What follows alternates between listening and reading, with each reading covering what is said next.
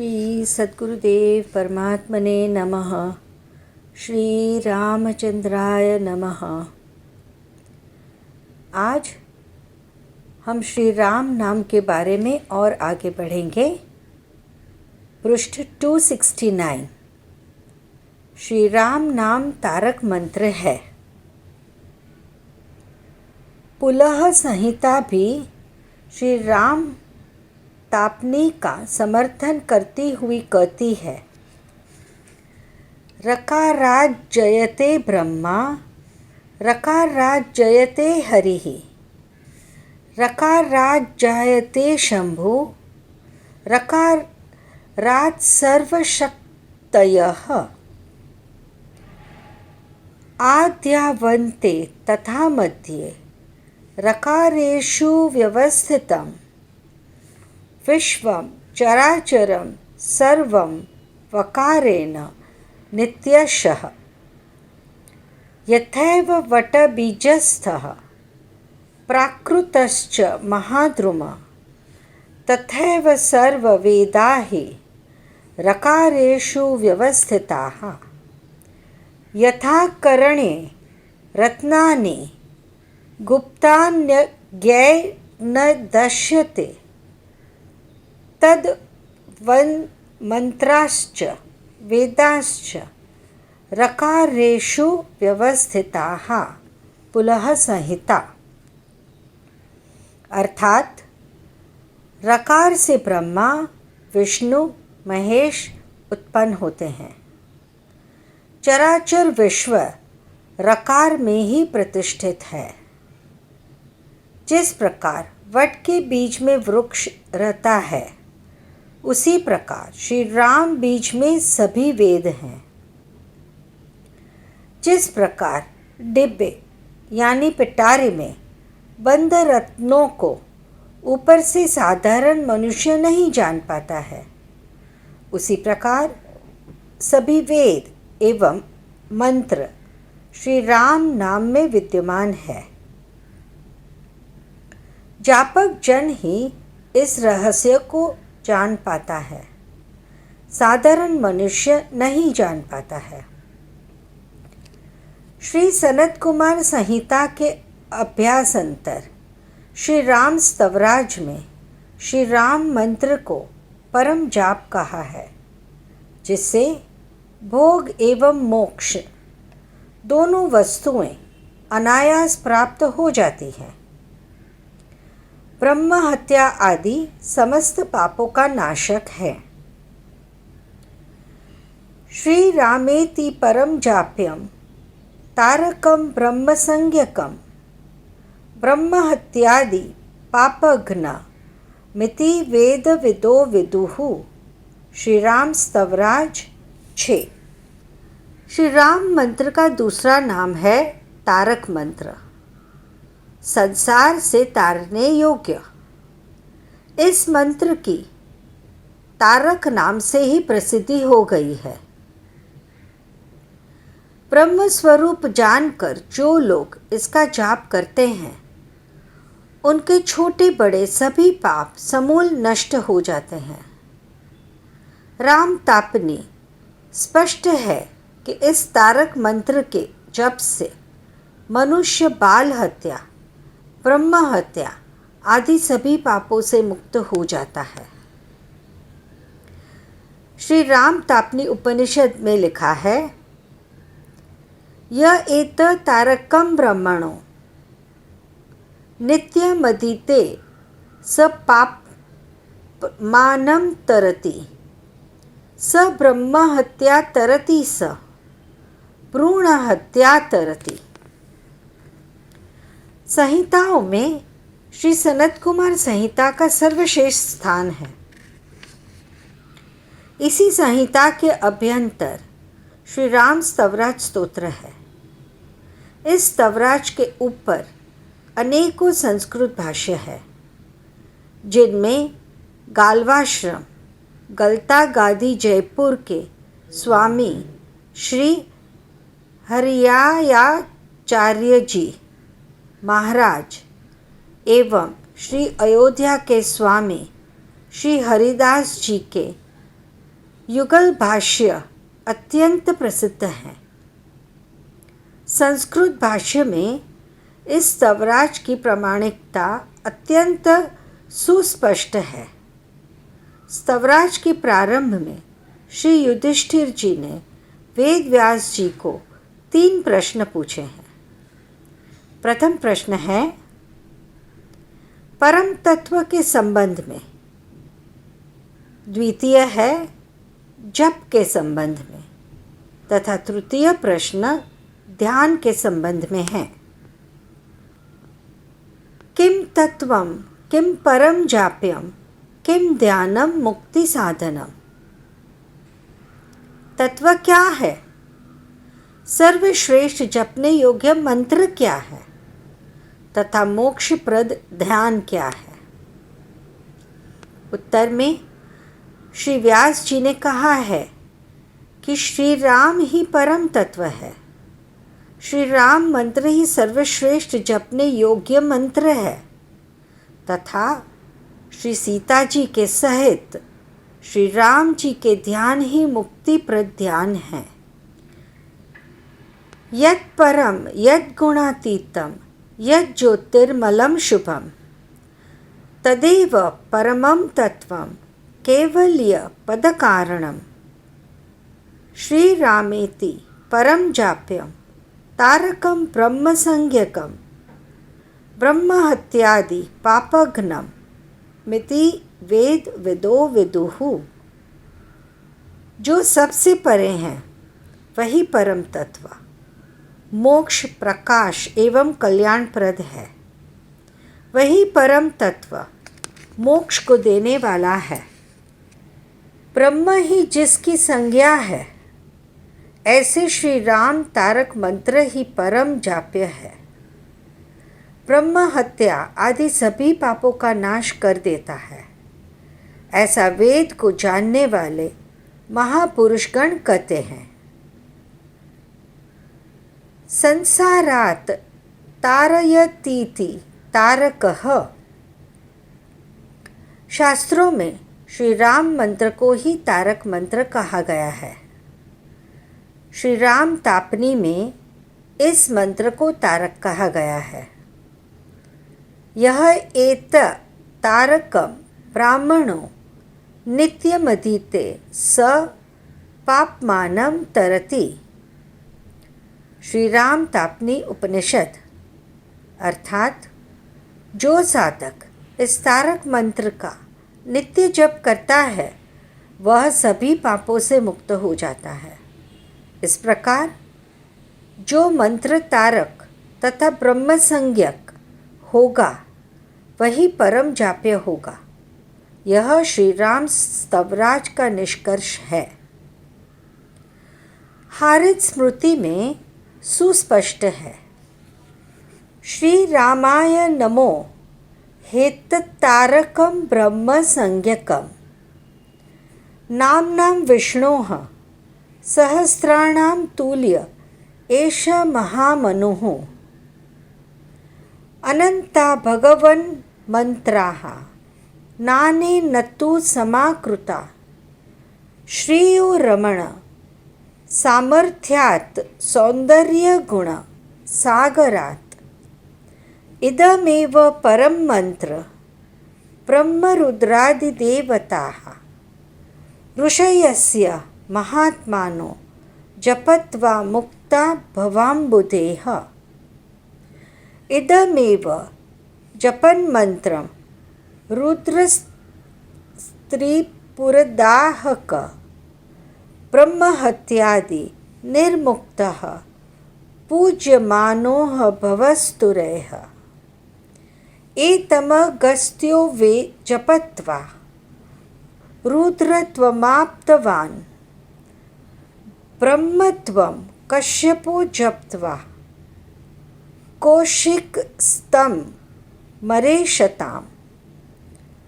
कार्तिकेयो मनुश्चैव रुद्रार्कगिरिनारदाः बालखिल्यादिमनुयो मुनयो देवतात्वं प्रपेदिरे।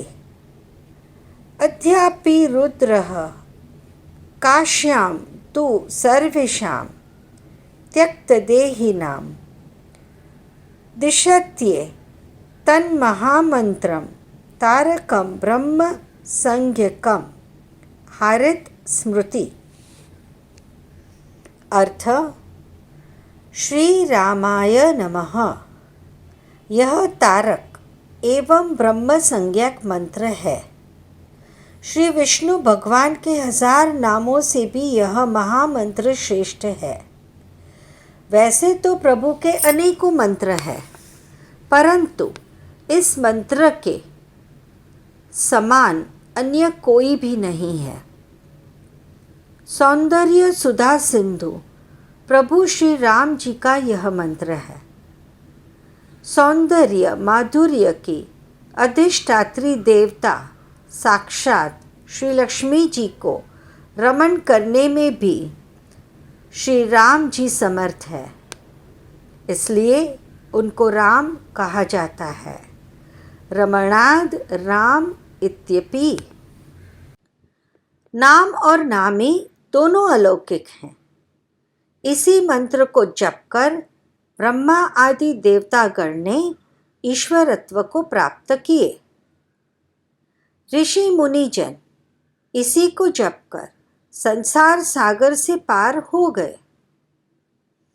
इसी मंत्र को जप कर भूत भावन श्री शंकर जी ने त्रिपुरासुर का वध किया। उनको ब्रह्म हत्या का पाप भी नहीं लगा, साथ ही सुर असुर सभी को पूजित हो गए। इसी मंत्र के जपने से श्री अगस्त्य जी ने रुद्रत्व यानी संहार करने की शक्ति प्राप्त कर ली।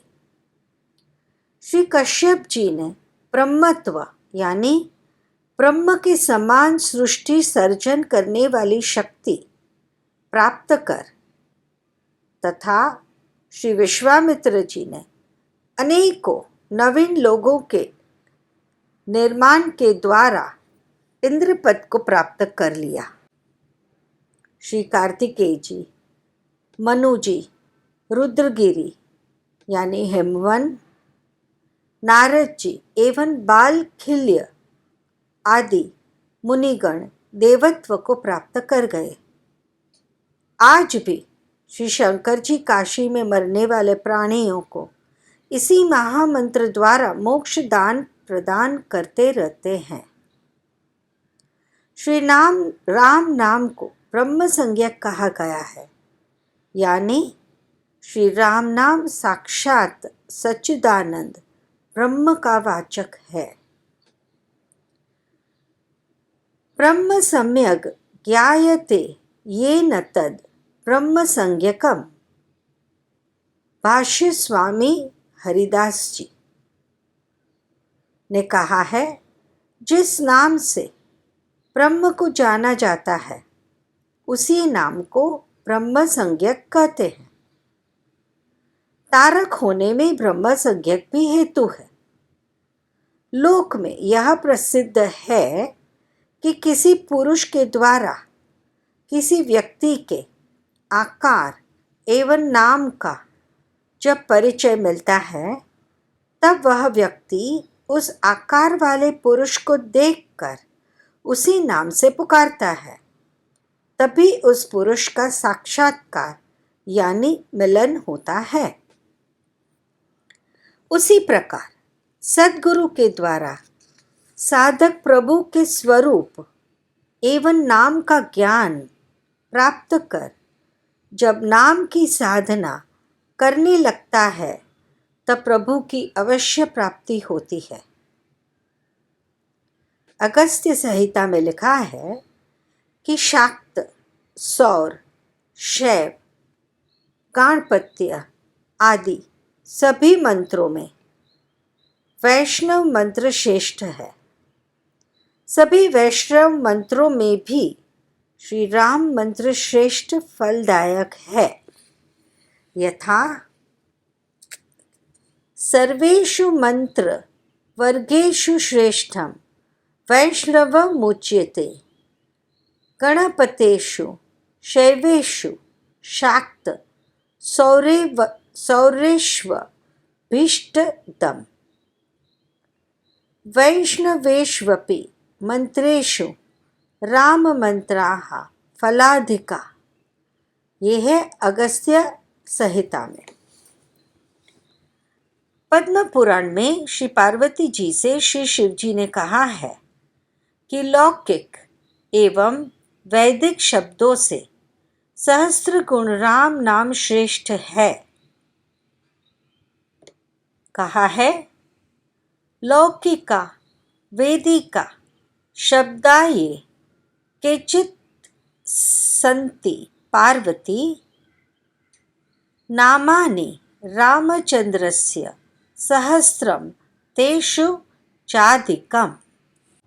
तारक मंत्र राम नाम की शक्ति समझाने के बाद श्री गुरुदेव अब हमें विनती करते हैं, तुम खुद ही देखो तो पता पड़े कि भजन यानी राम राम करते करते तुम क्या करते हो। साधु साधक सब कहते हैं कि हमने तो भजन करने को जीवन रखा है। कोई पूछता है कि क्या करते हो, तो तत्काल जवाब तैयारी है कि भाई हमने तो राम राम करने को जीवन रखा है, हमने और कोई झंझट नहीं रखी है। लेकिन भजन क्या करते हो, राम राम कैसे करते हो, इस पर तुम खुद ही देखो तो सही, तो पता पड़े तुमको कि भजन करते करते राम राम करते करते तुम वास्तव में क्या करते हो। भजन का भेद तो इससे बहुत दूर रह गया है। भजन तो बहुत ही न्यारा है, यह तो केवल ब्रह्म है। संध्या किया, तर्पण किया, होम हवन किया, मुंड मुंडाए, जटा रख ली, भभूत लगा ली, कषाय पहन लिया, प्रतिमाओं की पूजा अर्चना कर ली, कथा सुन ली, फलाहार करने लगे, इत्यादि इत्यादि को भजन मानते हैं सब।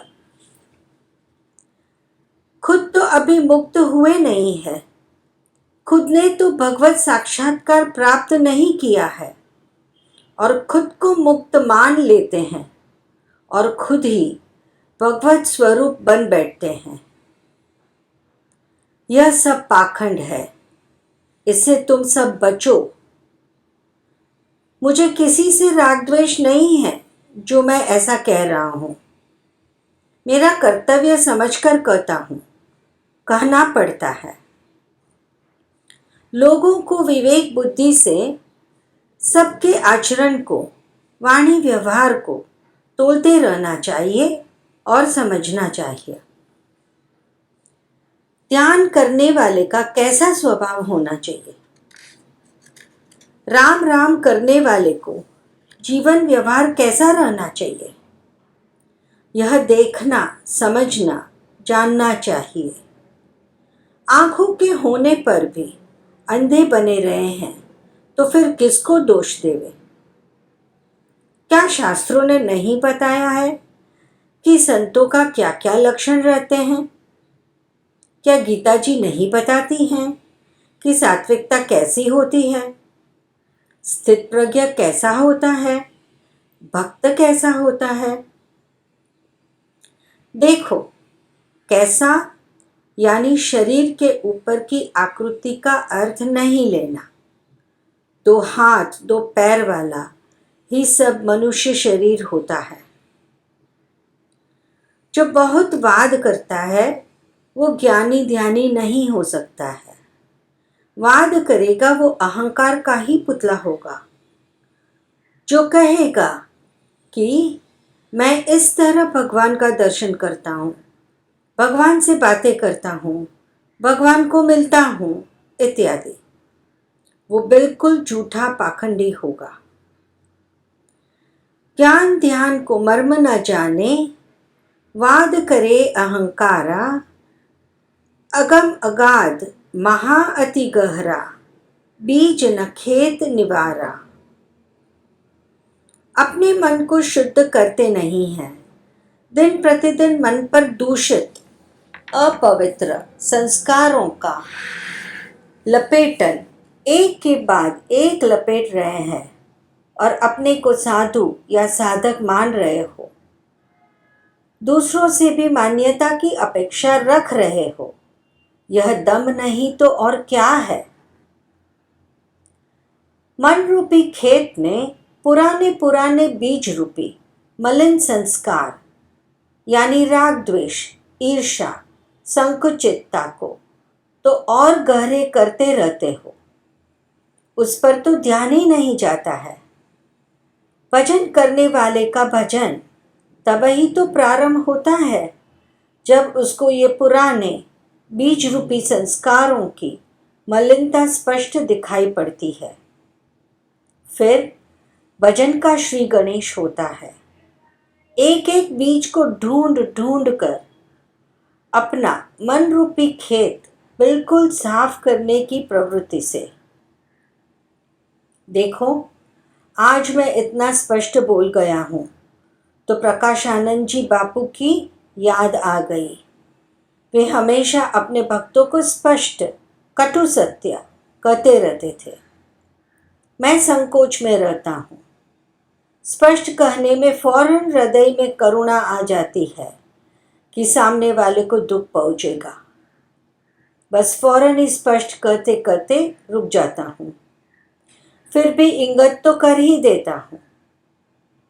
सब कहते हैं कि मैं संदिग्ध बोलता हूँ। इसका कारण यही है कि मन को होता है कि क्यों दूसरे को दुख पहुंचाना। समय ही अपना कार्य करेगा। संस्कारों की पुष्टि या क्षय अपने जीवन को स्वतंत्रता है। यहीं पर जीव का पुरुषार्थ अपेक्षित है। इसलिए मैं हमेशा कहता आया हूँ कि परमार्थ में पुरुषार्थ मुख्य है, प्रारब्ध गौण है, और स्वार्थ में यानी प्रवृत्ति में प्रारब्ध मुख्य है, पुरुषार्थ गौण है।